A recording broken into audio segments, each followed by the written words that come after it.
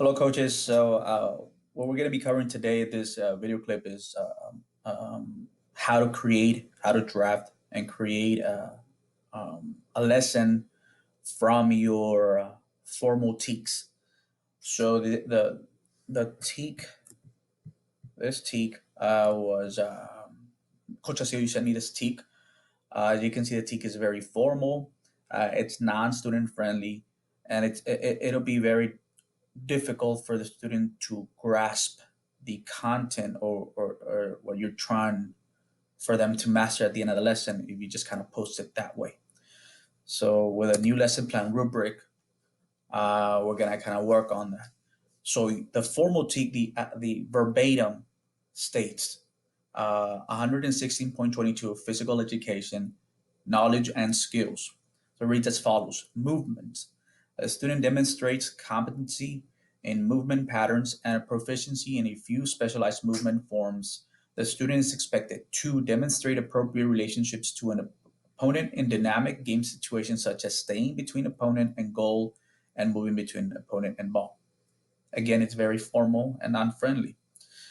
Now, our goal is to create a student-friendly measurable objective. There's three parts to this measurable objective. It includes the verbs, which I highlighted in red. It includes the relevance. How is that relevant to the student? So that's your job to figure it out.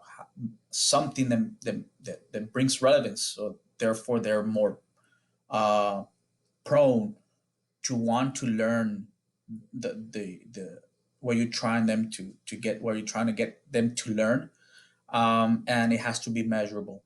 In this case, I chose a 70% accuracy. So my student-friendly measurable objective reads as follows: I will demonstrate and evaluate efficient movement patterns that will help me be better positioned during real game scenarios, thus giving me an advantage over my opponent with 70% accuracy. So the verbs demonstrate and evaluate, I got them from Bloom's taxonomy. I know that you guys got a very detailed packet on Bloom's taxonomy from Ms. Mendoza's, and it's broken down from the highest order thinking level to the lowest order thinking level. My verbs are demonstrate and evaluate. Demonstrate would be at the application level, which is at the mid level of Bloom's taxonomy, and the evaluate would be at the evaluation level, which is second to the highest level on Bloom's taxonomy.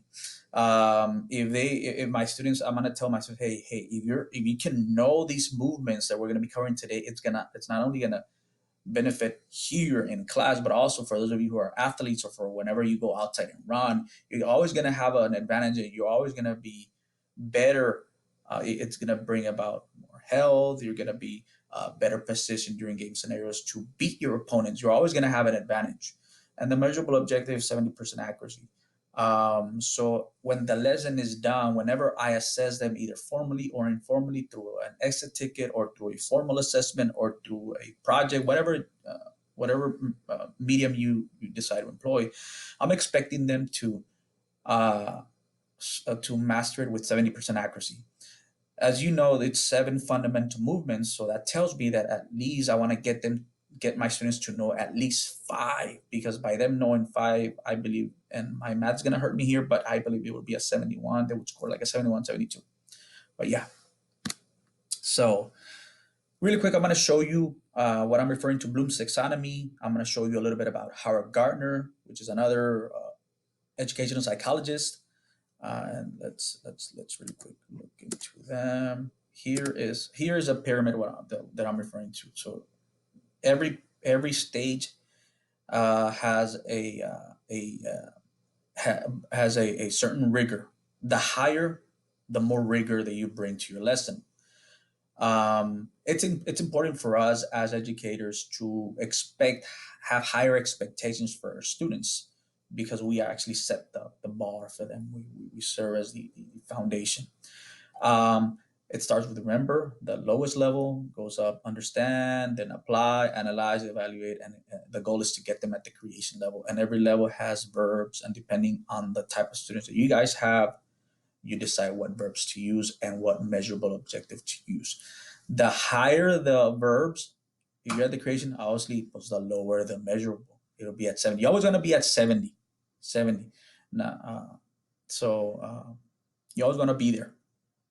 The lower the verb was, the higher the measure. If you, it's basically recall, okay, how many movements, how many fundamental movements. That's just basically recalling. So we'd be at the remember level. So I'm expecting them to hey, it's coach, it's 7 movement. Okay, 100% mastery. So depending on the verbiage that you use on your student friendly measurable objective is the expectation. You said that the accuracy. The next one is Howard Gardner. Now, there's this educational psychologist, Howard Gardner, who believes that students learn in different ways. And that's the reason why we have to differentiate our instruction.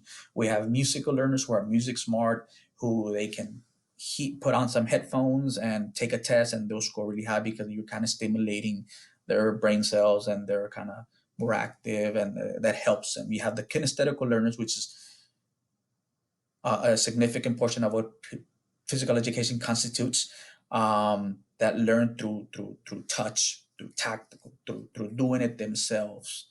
You have the interpersonal learners, which are people smart. They activities such as group work or collaboration works well with them. The linguistic, the logic smart, the nature smart, the self smart. This one is an important one because most often we kind of cite our students that don't want to either work in a group, they want to work by themselves. But we got to understand that they might be intrapersonal learners, meaning that they rather work by themselves. That's how they work better. That's how they master the content. So be cognizant of that. And we have the visual learners, meaning that they learn through seeing either you model something or through a video clip, which is what I employed for my lesson plan. Let me go back to my lesson plan. So here, the lesson plan has various components that need to be met for our students to master the TEAC. At the end of the lesson, we want them to know and be able to do something. So in order for us for them to do that, we got to fulfill certain components, and it starts with the anticipatory. The anticipatory is basically the hook. How are you going to pique interest in the students to want to learn your lesson? So let's say I'm like, hey, I watched this awesome video clip on YouTube, and I think that if the student I play it for the students, it's gonna kind of generate interest on the lesson. So that's the goal. And really quick, so I'll go to YouTube. This is the clip. As you can see, it's 3 minutes and 37 seconds, 7 seconds long. Don't use 10-minute videos or 20-minute videos. No. The hook or the anticipatory is just a minor clip, something that will pique their interest, that will get them going, that will set the foundation for a successful lesson. You can see mine is a 3 minute 37 seconds. I'm gonna play it really quick. So basically, conversation between the student and the coach, and it's a person and her coach, and all that, and they kind of going. So, being the fact that we have a technology savvy generation, hey, this might pique interest. It basically revolves around the 7 fundamental movements. So that's that. So that's the clip I'm going to use to get them hooked to my lesson. The next one is the initial teacher modeling. Basically, guys, that's how it is done. Um, I remember last year, Coach Castillo, you, for your formal observation, you actually did this type of activity. You were having them, you were modeling what you wanted them to do. I believe it was some push-ups. You did the push-ups, and they were doing it. Also during the when you guys were at home teaching from home, you also I was whenever I did some walkthroughs on your classes, you were actually modeling them. So you were doing a teacher-student interaction presentation, which basically means, let's say, guys, I'm gonna do a floor push-up. So you do a floor push-up, and then you're teaching them the purpose behind a floor push-up, and the reasoning why it's important. Let's say for my lesson, this one, I wrote, I will model the 7 fundamental movements and inform the students about the importance of these movements. For example, okay, guys, so we're going to be doing 7 fundamental movements. So let's get it started. So I'm at the front of the gym, and I'm like, okay, so the first movement that I'm going to be doing today is the floor push-up. So I start doing the floor push-up, and while I'm doing this, I'm having them all observe my presentation. While I'm doing the floor push-up, I I inform them about the importance about the floor push-up. So, okay, guys, the floor push-up is beneficial for building upper body strength, to work your triceps, your pectorals, your muscles, and your shoulders. So I'm showing them how it's done, and the reasoning behind, or the importance behind it. So that's my initial teach. The next component is the guided practice. So the guided practice, really quick, the guided practice on my lesson, I wrote, I will begin by, again, modeling one out of the seven fundamental movements. The students will perform the same movement afterwards, and so on. So I'll start again. Okay, guys, I'll do the spin trunk rotation, and they're doing it. Afterwards, you can kind of create an activity. I would promote Kagan activity. She has a repertoire of activities you guys can employ. um, this one kind of follows the mixed pair share, and it reads, afterwards, we will engage in a Kagan activity. I will play a song. So I'm going to give you directions. Okay, students. So I'm going to play a song. While the song is playing, your job is to either get a partner, and teach each other the names of the movements, what's the reasoning behind it, what's the importance behind it. Once I stop the music, I'm gonna call out a name of a certain movement. I'm gonna expect you guys to perform it. So let's say I stop the song, and I'm gonna be like, "Hey guys, do a floor push up." And while they're doing the floor push up, I'm checking around. Okay, oh Jose, Maria, Jose, blah blah blah.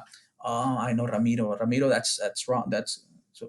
Well, I you didn't tell him in front, but you kind of go over there. Okay, awesome. But hey, you might want to do it this way. It's wrong, and that's your opportunity to kind of correct uh, what's not being done right. And also, it serves as a practice for students to continue to attempt to master what you're trying to get them to master. So that's an activity that you can use.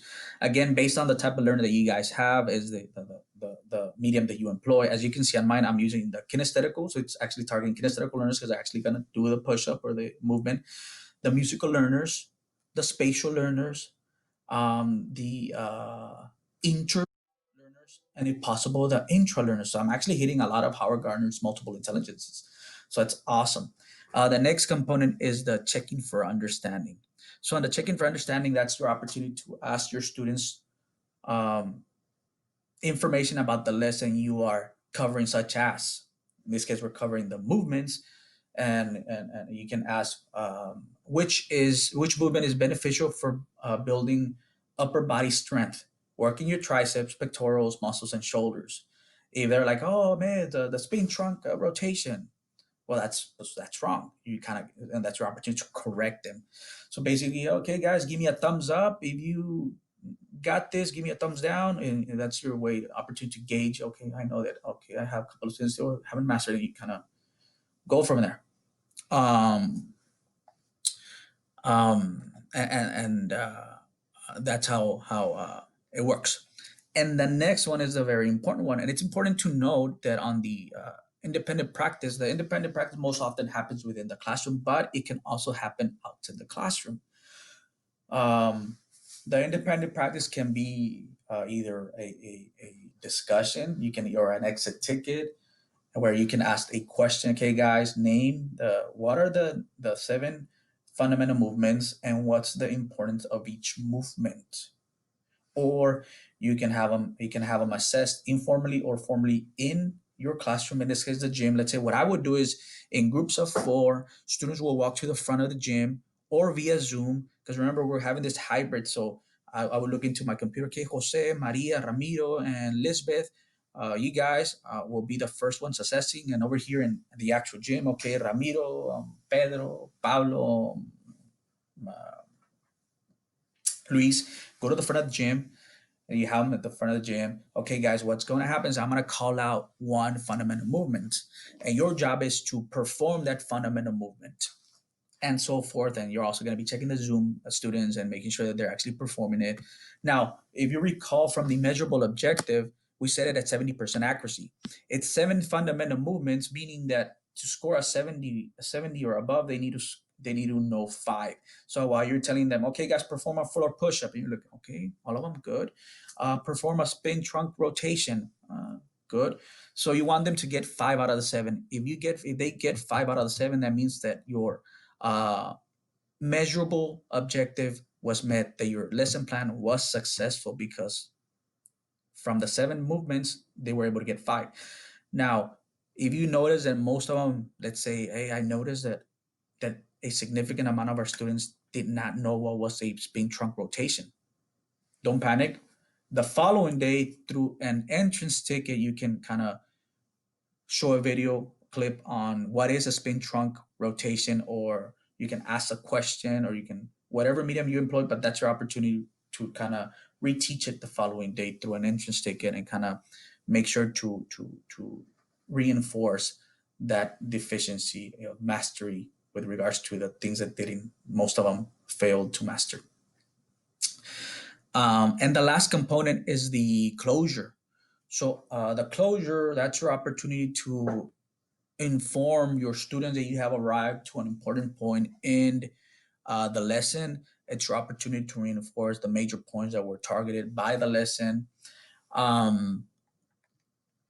Is your opportunity to cue the students the fact that they have arrived to the end of the lesson. Something to kind of get out of, and I've noticed this in a couple of classes I've actually done walkthroughs on, that I've happened to walk towards the latter part of the class, is that they'll ask us questions to the students, or ask kind of, hey guys, do you guys have any questions? Students will be like, no, and the teacher will respond, okay, well, let's move on, good job. No. So that's not a closure. That's a very horrible example of a closure. So kind of refrain from doing that. A proper closure helps organize the student learning, which is what you were trying to get them to do throughout the lesson. Helps them form a coherent picture to consolidate, eliminate confusion and frustration. It reinforces major elements of your lesson.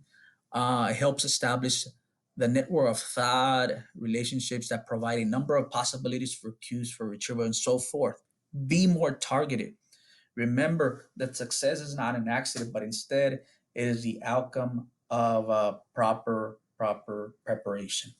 And these guys, even though I did it here on Microsoft, and I know that